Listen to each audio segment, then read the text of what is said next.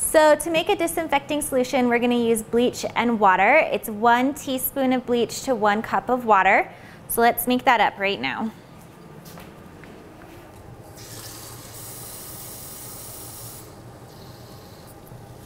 All right. So here's our water. We're going to put that into a clean spray bottle that doesn't have any other chemicals in it.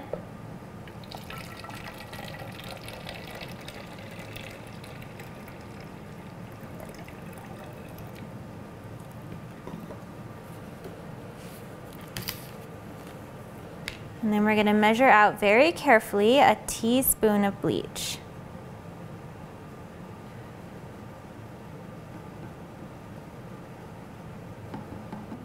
Any bleach is fine, just to make sure that it's legit and you didn't just buy it from somebody off the street. You want to make sure it's full strength. All right, you're going to close up your spray bottle.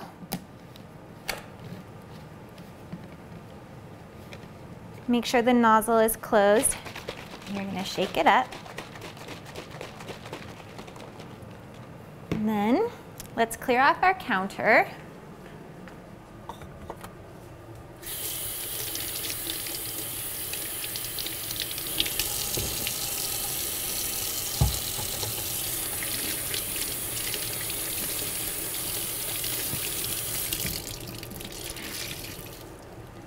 You're going to use a clean washcloth with warm soap and water to wipe off your countertops first.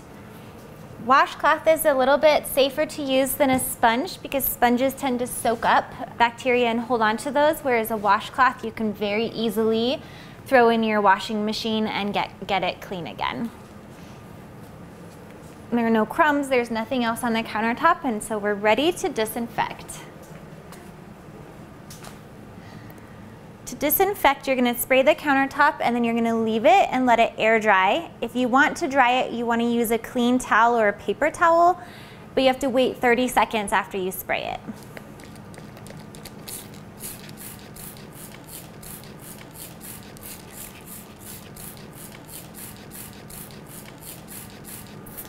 All right, so we'll wait at least 30 seconds before we dry off our countertop. If you want to leave it to air dry, you can do that as well. It just may take a little bit longer.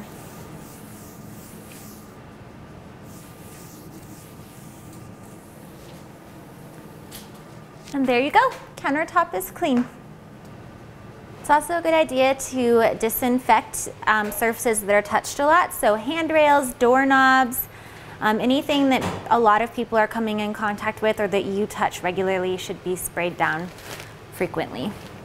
The last thing you probably want to do is to label your spray bottle, write bleach on it so that you don't mix any other chemicals into it and so that you don't use it to water your plants or anything like that.